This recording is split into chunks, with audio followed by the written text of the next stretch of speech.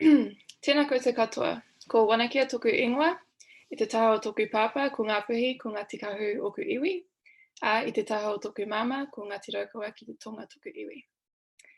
He mihi poto tēnei kia koutou, kua tae mai ki te tautoko I tēnei kaupapa I te rangi nei. Aha kua kaori tātou tae atu ki te hui, ki kāwhia, ki kirikiri roa hoki, he pai tonu I whai wā tātou ki te wānangatahi tēnei rā. Kia ora everyone, thanks for coming to support us today. I will be talking to you about my internship at Toi Tangata. The research topic I was given was Te One Kura o Papatuanuku.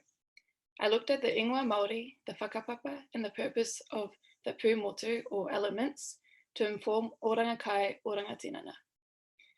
I really enjoyed this topic. It was cool being able to apply mātauranga Māori to a topic on nutrition, as I hadn't done this before during my studies at university.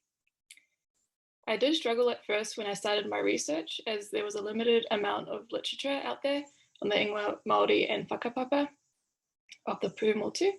However, I was fortunate enough to connect with an old kaiako of mine from Ngā Puna o Waiora, Whaeruihi Shortland.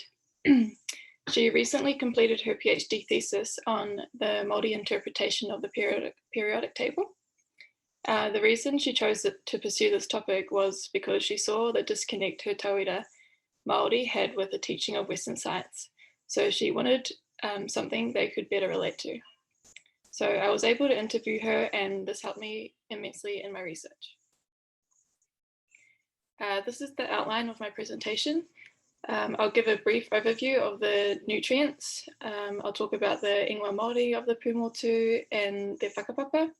Then I'll show you some of the infographics I created, and then I'll finish off with my experience at Toi Tangata.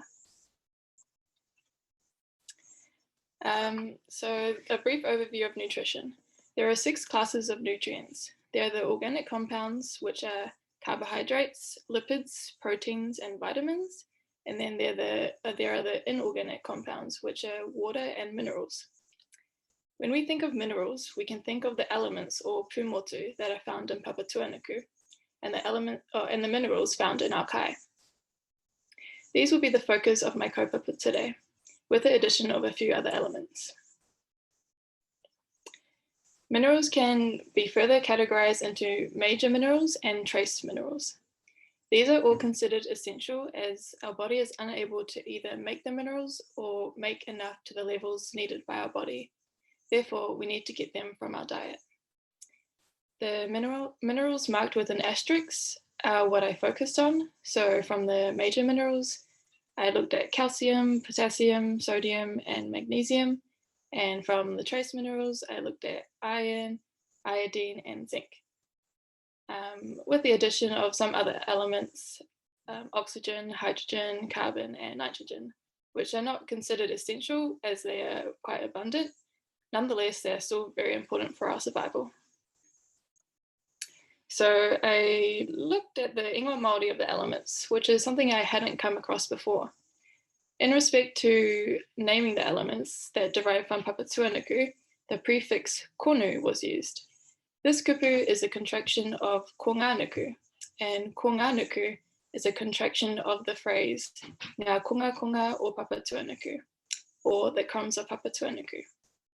For example, the element that we know as sodium has the ingoa Māori of konu tai. Konu is used as a prefix to represent an element that is derived from Papatuanuku, and tai is used as a descriptive suffix, which refers to sea salt. The prefix ho is used for elements that derive from tawhiri, and the prefix pu is used for solid elements. For example, the kupu Māori for nitrogen is ho ota. The prefix ho is used to represent an element derived from tawhiri, and the suffix ota, short for ota, is used as nitrogen is found in vegetation. So most of the elements have whakapapa to Papatuanuku, as many minerals are found in her soil. Plants absorb minerals from water and soil through their roots. Animals eat these plants as their source of minerals, and in turn, we eat these plants and animals to nourish ourselves with these essential minerals. Some other elements had an interesting kōrero to them. For example, oxygen, or haora, has a whakapapa to ranginui and papatuanuku, as well as tane mahuta and hine ahuone. So sunlight is essential for the production of haora. This was possible through the separation of ranginui and papatuanuku to bring in te ao marama, the world of light. Haora is stored within the realm of tane mahuta and his descendants produce oxygen through the process of photosynthesis. Another kōrero about haora is from the creation story of the Ira tangata. So tane mahuta created the first female human figure, hine ahu mai I te one. She was formed from the earthly elements of papatuanuku at Kurawaka. He breathed into her nostrils and she drew her first breath and let out a sneeze. Tihei moriora. Hine ahuone was alive and became the first Ira tangata to be created and to take a breath of haora. Hauwai, or hydrogen, has a whakapapa to ranginui, papatuanuku, and their tama, tāwhiri mātea and tane mahuta. Tāwhiri mātea and Tangaroa, fought, and the reason they fought was because of Hine te Iwa, as they both desired her. When they fought, it was heated, violent, and they were angry, much like the characteristics of the element hydrogen, which is known to be violent and explosive. Next, I looked at the recommended daily intake of each mineral. I made 2 infographics for each mineral. So one is for the pakeke, so we've got the wahine and tane, and then one is for tamariki, which is split into tama and kōtiro. The example I've got there in the middle is of iron. As you can see, the needs of wahine are much greater than tane. This is because of menstruation, the loss of blood each month. Iron is mainly found in blood, as it forms a part of the protein called hemoglobin, and oxygen attaches to this protein so that it can be delivered around the body. And during pregnancy, the needs are even greater so that the mother can provide more blood for the growing fetus, as well as preparing for the loss of blood during childbirth. Next, I made some infographics on the kai that are high in the particular minerals, and I have categorized them beneath the realm of atua they belong to. So I've got the example here of zinc. There's a variety of kai under each atua, but the food that has the highest amount of zinc are kai from Tangaroa, so food such as oysters are a great source. Then I made these infographics to show how much of a mineral is in a serving of food. The reason I made this is because the recommended daily intake amounts that I showed you earlier are quite difficult to comprehend because the amounts needed daily can be as small as a microgram. Showing how much is in a serving of food makes it easier to quantify how much we should be eating to ensure we have adequate daily intake. Also made these infographics on the function or purpose of the minerals inside our body. For example, calcium is part of our bone structure. Bones provide a strong frame to keep our body upright and to protect our organs. Calcium is stored in the bones and can be used to restore calcium homeostasis in our bodily fluids when needed. And also calcium plays an important role for neuromuscular and cardiac function. I also included a lot of infographics for sodium. Sodium is one of those minerals that we eat like too much of compared to the other ones. So I've just got a little guide there on foods that are low, moderate, and high. And then I've got the role they play in our body, such as regulating extracellular fluid volume. And then I've got some extra tips on how we can lower our sodium or reduce our sodium in the diet.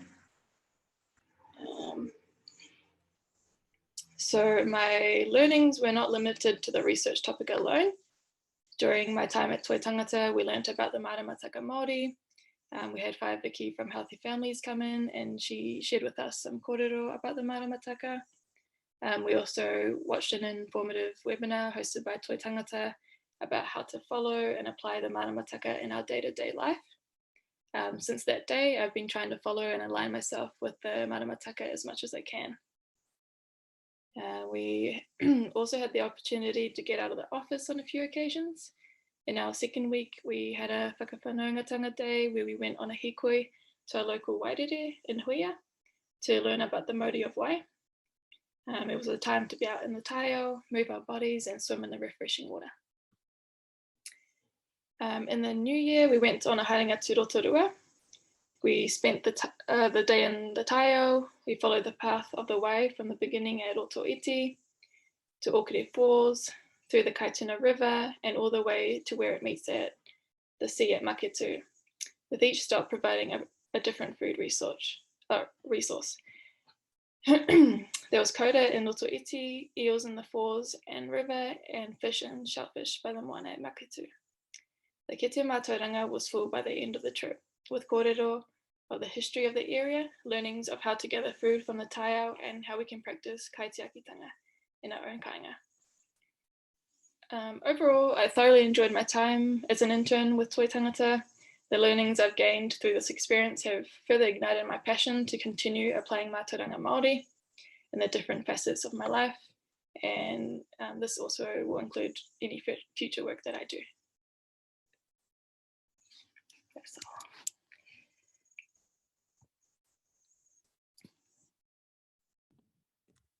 all. Amazing. Kia ora, Wanakia. Before I say anything, does anyone want to say anything? Patai?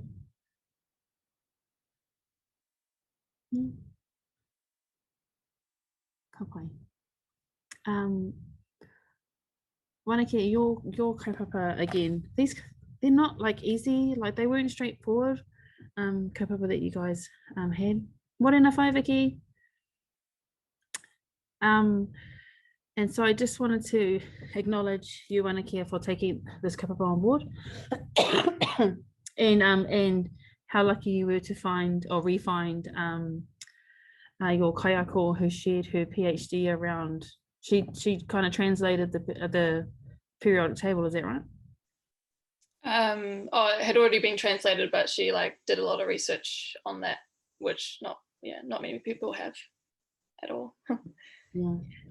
And so your kaupapa highlights, I guess, the need to explore the whakapapa of our own sciences and how there's a massive gap in our curriculum, in our workforce, the opportunity for those of us that think that way but don't have the resources in front of us to articulate that type of kōrero. So we only have the kōrero, the basic kōrero of hene ahuone and all that sort of stuff. However, diving deep into these types of kōrero, we just don't have the stuff in front of us. So you've helped also chip away at the ability for the workforce, for whānau Māori teachers to have those resources at their hands. And it also highlights the reality of the interface or the joining of Western science, the very microscopic level and nutritional levels and all that sort of stuff, and our own sciences, and where they kind of meet, not intertwine, but where they meet, and how we can sort of use them to our advantage, if you like. So I think you've done a really good job of having the information around the micro this and that and what we need in our diets, and also touching on the whakapapa of all of those things. And I definitely learned something. So ngā mihi. Kia ora. Bye.